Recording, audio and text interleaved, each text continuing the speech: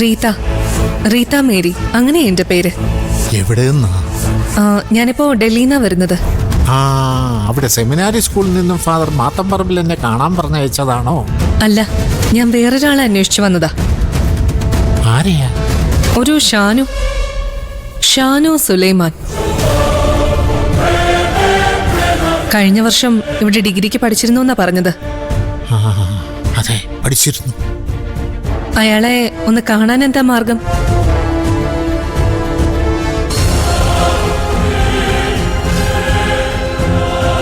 ഞാൻ വിചാരിച്ചാൽ അത് നടക്കില്ല കുട്ടി. ഞാനെന്നല്ല, ഈ ഭൂമിയിൽ ആര് വിചാരിച്ചാലും നടക്കില്ല. അതെന്താ? He is no more. What? അവൻ മരിച്ചു എന്ന്. ഫാദർ എന്തായി പറയുന്നേ? സത്യമാണ് കുട്ടി. 4-5 മാസം മുമ്പ് ഹൈവേയിൽ വെച്ചൊരു ആക്സിഡന്റിൽ അവനും അവന്റെ കൂട്ടുകാരൻ സെബാനും മരിച്ചു. നമ്മുടെ കോളേജ് കണ്ടതിൽ ഏറ്റവും വലിയ മിടുക്കനായിരുന്നു അവൻ. ഞങ്ങളുടെ ചെയർമാൻ, എല്ലാവർക്കും പ്രിയപ്പെട്ടവൻ, എക്സ്ട്രാ ഓർഡിനറി ജീനിയസ്. എന്ത് ചെയ്യാം, കർത്താവ് അവന് ആയുസ് മാത്രം കൊടുത്തില്ല. അല്ലെങ്കിലും നല്ലവനെയല്ലേ ആദ്യം അവിടുന്ന് സന്നിധിയിലേക്ക് വിളിക്കൂ.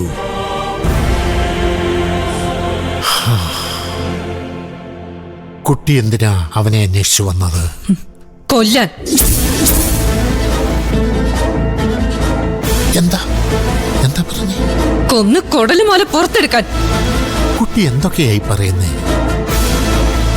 നല്ലവനിൽ നല്ലവനായ ഞങ്ങളുടെ ഷാനു, അതിന് മാത്രം എന്ത് തെറ്റാ കുട്ടിയോട് ചെയ്തത്? നല്ലവനോ? എന്ത് നല്ലവൻ?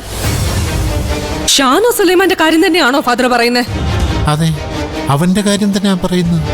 ഈ ലോകം കണ്ടതിൽ വെച്ച് ഏറ്റവും നെറികെട്ടവനവൻ. ചതിയൻ, വഞ്ചകൻ, ബോൺ ക്രിമിനൽ. ഞങ്ങളുടെ ഷാനുവിനെ കുറിച്ച് തന്നെയാണോ നീ പറയുന്നത്? അതെ. സംശയമുണ്ടെങ്കിൽ ആളെ ഞാൻ കാണിച്ചു തരാം.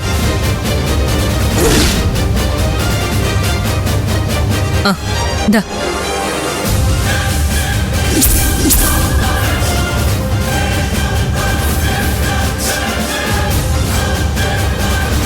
ഞാൻ പറഞ്ഞ ഷാനുവും ഫാദറിന്റെ പ്രിയപ്പെട്ട ഷാനുവും ഇയാള് തന്നെയല്ലേ?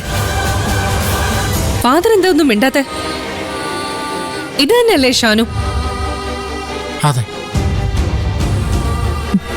നമ്മൾ രണ്ടുപേര് പറഞ്ഞതും ഇയാളെ കുറിച്ച് തന്നെയാണ്. പക്ഷേ കുട്ടി പറഞ്ഞത് എനിക്കൊരിക്കലും വിശ്വസിക്കാനാവില്ല. ഞങ്ങളുടെ ഷാനു ഒരിക്കലും ഒരു ക്രിമിനലല്ല.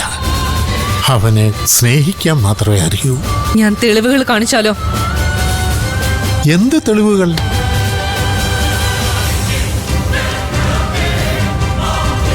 നോക്ക്.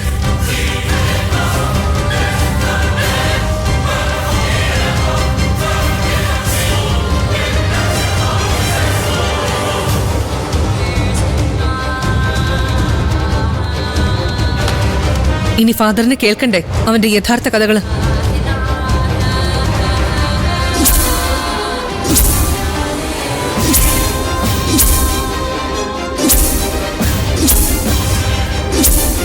ഞാനിതൊക്കെ എങ്ങനെ വിശ്വസിക്കും കുഞ്ഞേ? വിശ്വസിച്ചല്ലേ പറ്റൂ. Because that's the extreme truth.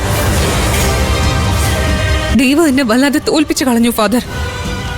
ഞാൻ വരുന്നതിന് മുൻപ് അവനെ കൊന്നു കളഞ്ഞില്ലേ? എന്റെ അവസരം തട്ടിയെടുത്തില്ലേ? ചതിയായി പോയി, കൊടും ചതി. ഞാൻ പൊയ്ക്കോട്ടെ ഫാദർ? ഒരു നിമിഷം. കുട്ടി എന്നോട് പറഞ്ഞ ഈ സത്യങ്ങളൊക്കെ മറ്റൊരാളോടുകൂടി പറയണം. ഷാനുവിന്റെ കൂടെ പഠിച്ച ഒരു ആദിത്യനോട്. ഫാദർ പറഞ്ഞാ പോരെ? പോരാ, മോള് തന്നെ നേരിട്ട് പറയണം. കാരണം ഇത് മറ്റൊരു പെൺകുട്ടിയുടെ ജീവിത പ്രശ്നം കൂടിയാ.